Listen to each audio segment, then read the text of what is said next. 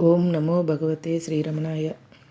ఆంధ్రప్రదేశ్లోని గూడూరు వాసి లక్ష్మణస్వామి 1949 ఉత్తరార్ధంలో ఆశ్రమానికి వెళ్ళేటప్పటికే ఆయన పరిపక్వమై ఆ దివ్య జ్యోతిని గ్రహింపగలిగే స్థితిలో ఉన్నవాడు. గూడూరు ఆయన జీవితం ఆయన మాటల్లో. గూడూరులోని మా తాతగారింట్లో పెరిగాను. నాకు 2 ఏళ్ళు నిండక ముందే మా తండ్రి గారు గతించారు.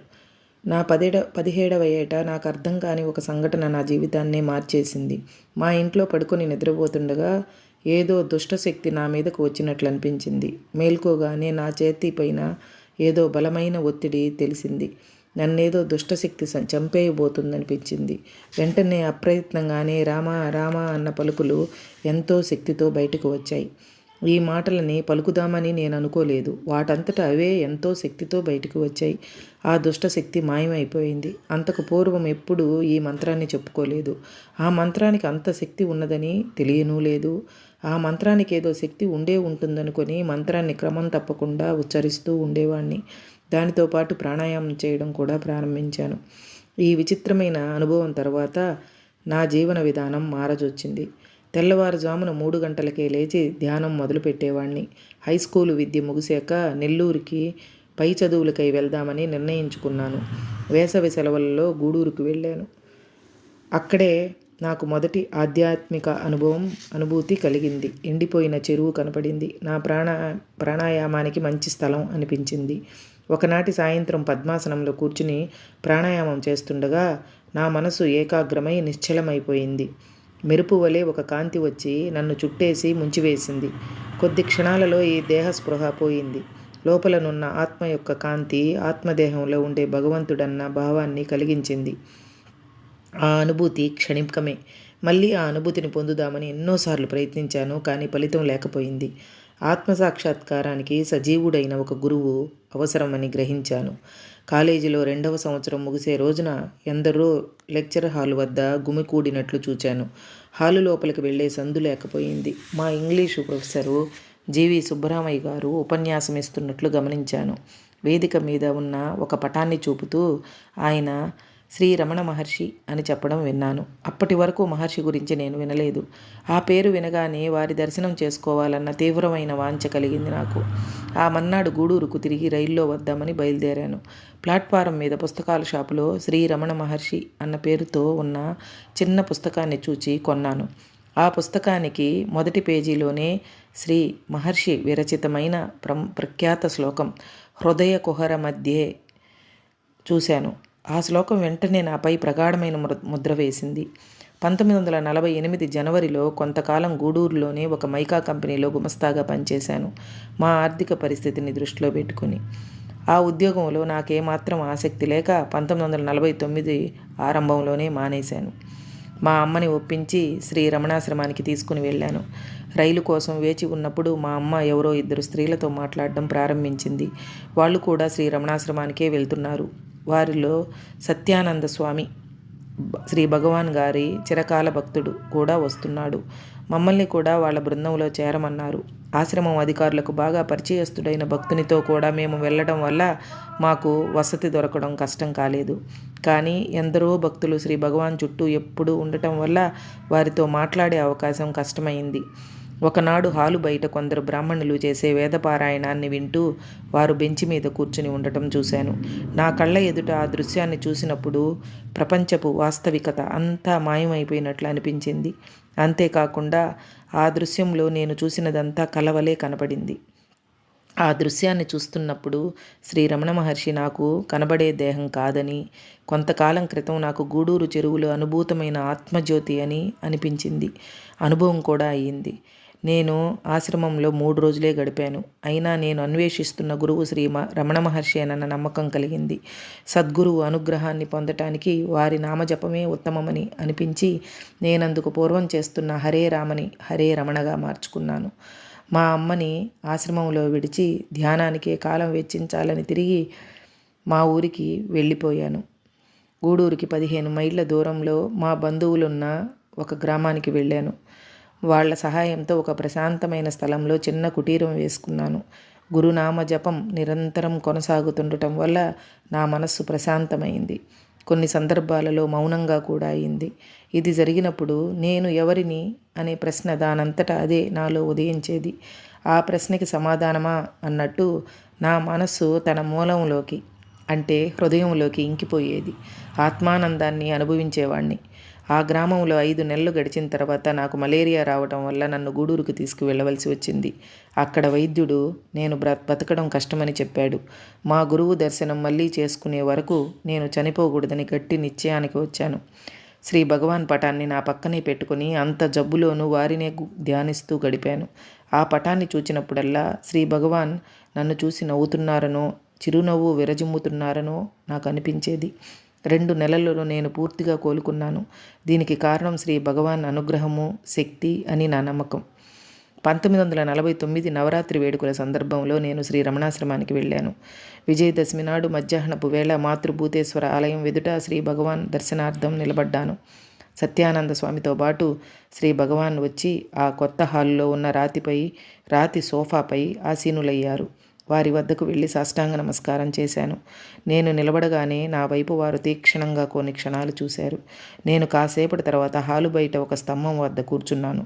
అక్కడ ఏ ఆటంకము లేకుండా ఆత్మవిచారణ చేసుకోవచ్చు కదా అని. వారు కూర్చున్న చోటు నుండి శ్రీ భగవాన్ నన్ను చూడగలరు. ఇంతలో మురుగనార్ వారి పక్కన వచ్చి కూర్చున్నారు. కొన్ని నిమిషాల తర్వాత మురుగనార్ వచ్చి నా పక్కన కూర్చున్నారు. ఇంకా మరికొందరు భక్తులు కూడా వచ్చి కూర్చున్నారు అక్కడ. కళ్ళు మూసుకొని నేను ఎవరు అన్న విచారణ కొనసాగించాను. కాసేపు అయిన తర్వాత మందహాసంతో శ్రీ భగవాన్ వదనం నా హృదయంలో ఛాతీకి కుడి పక్కన కనపడింది. ఒక మెరుపు వలె వచ్చి ఒక దివ్యమైన కాంతి నా లోపల బయట ప్రకాశిస్తున్నట్లయింది. నా ఛాతీకి కుడివైపున శ్రీ భగవాన్ ముఖం చిరునవ్వుతో అట్లాగే వెలిగిపోతోంది. ఎన్నో మెరుపు తీగల కాంతితో వెలిగిపోతున్నట్టుంది ఆ వదనం. ఈ అనుభవాల వల్ల నాకు కలిగిన ఆనందం, సంతోషం నాకు కన్నీళ్లు తెప్పించాయి. చివరికి నా లోపల కనబడిన శ్రీ భగవాన్ ముఖం అంతర్ధానమై నా ఆత్మ నన్ను పూర్తిగా ముంచివేసింది. దేహస్పృహ అంటూ ఏమీ లేని ఆ స్థితిలో 3 గంటలున్నాను. ఆ అనుభవపు తీవ్రత వల్ల కళ్ళు తెరిచినా కూడా మాట్లాడలేకపోయాను, కదలలేకపోయాను. ఏ విధంగానూ కదలలేకపోవడం వల్ల అట్లాగే ఇంకో 2-3 గంటలు కూర్చున్నాను. రాత్రి 9 గంటలు అవుతుంటే లేచి నెమ్మదిగా ఆశ్రమంలో నాకు కేటాయించిన స్థలంలోకి వెళ్ళాను.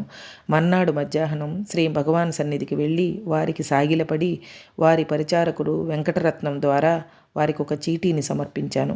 ఆ చీటీని తెలుగులో రాశాను.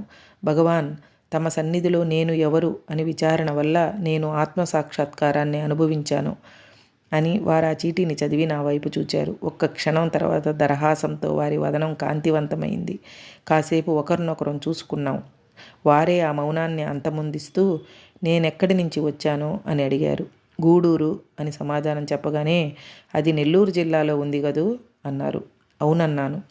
శ్రీ భగవాన్తో నేను మాట్లాడిందంతే. శ్రీ భగవాన్కి ఆ క్లుప్తమైన సమాధానం ఇచ్చాక 13 సంవత్సరాల పాటు నేనేమీ మాట్లాడలేదు. డేవిడ్ గాడ్వెన్ లక్ష్మణస్వామిని దీనికి కారణం అడిగితే ఆయన ఆత్మానుభూతి గురించి చెప్పడం కష్టం, అది మాటలకి అందదు, అందువల్ల నేనేమీ చెప్పలేక ఊరుకున్నాను అన్నారట. ఆశ్రమంలో అందరికీ వసతి తక్కువ అవటం వల్ల ఆశ్రమానికి సమీపంలోనే ఒక గదిలో ఉండటం మొదలుపెట్టాను. ఆ గదిలో అంతకుముందు నుంచే రాఘవన్ అనే అబ్బాయి ఉంటుండేవాడు. అతనికి డబ్బు అవసరమైంది.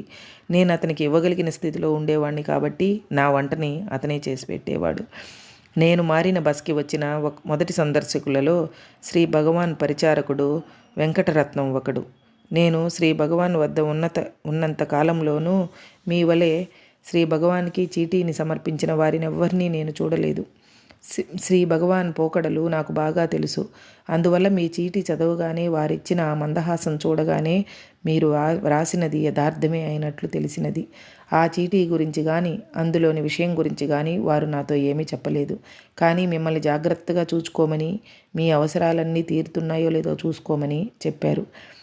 ఆనాటి నుండి వెంకటరత్నం క్రమం తప్పకుండా వస్తుండేవాడు. ఆశ్రమంలో ఏ పని లేనప్పుడల్లా వచ్చి నా వద్దే కూర్చుంటుండేవాడు. శ్రీ భగవాన్ దృష్టిలోకి నేను రావాలని ఎప్పుడూ ప్రయత్నించకపోయినా, నేను వారికి కనబడకపోయినా వారి పరిసరాలలో ఎక్కడున్నా వారికి తెలిసేది. కొత్త హాలులో వారు దర్శనమిస్తున్నప్పుడు వారి చూపుకి అడ్డుగా ఒక పరిచారకుడు వార్తాపత్రికను పెట్టాడు. వారు అతనిని వార్తాపత్రిక అడ్డు తీయమని యథాప్రకారం నా వైపు చూచి చిరునవ్వు వేలార్చారు. 1950 ఏప్రిల్ 14 సాయంత్రం నేను పలాకొత్తులోని నా గదిని శుభ్రం చేసుకుంటుండగా గదిలో ఒక మూలగా ఒక స్టూలు పైన పెట్టుకున్న శ్రీ భగవాన్ పటం కింద పడిపోయింది. తిరిగి యథాస్థానంలో జాగ్రత్తగా కింద పడిపోకుండా ఉండేటట్టు పెట్టాను. కొన్ని నిమిషాల తర్వాత ఆ పటం మళ్ళీ పడిపోయింది. శ్రీ భగవాన్ దేహాన్ని చాలింపనున్నారో తెలిపే సూచన అది అని సద్యస్ఫూర్తి వల్ల తెలిసింది నాకు. వెంటనే ఆశ్రమానికి వెళ్ళాలన్న కోరిక కలిగింది. కానీ 2 గంటల సేపు ఆత్మలో లీనమైపోవడం వల్ల కదలలేకపోయాను. 9 గంటలకి కొద్దిగా ముందు స్పృహ వచ్చింది. ఆశ్రమం వైపు నుండి పెద్ద ధ్వని రావడం వల్ల ఇక శ్రీ భగవాన్ లేరని నిశ్చయించుకున్నాను. ఆశ్రమానికి పరిగెత్తాను. కానీ శ్రీ భగవాన్ అప్పటికే సమాధిలో ఉన్నారు. అదే రోజున శ్రీ భగవాన్ని ఆఖరిసారిగా దర్శనం చేసుకున్నాను. ఒకరి కళ్ళల్లోకి మరొకరు చూసుకుంటుండగా ఆనందంతో పరవశించిపోయాను. నా పరిసరాలను మరచాను. దాదాపు 7 నెలలు పలాకొత్తులో గడిపాను. అధిక భాగం నా గదిలోనే కూర్చునేవాణ్ణి. చివరిలో నా చర్మం పచ్చగా మారింది.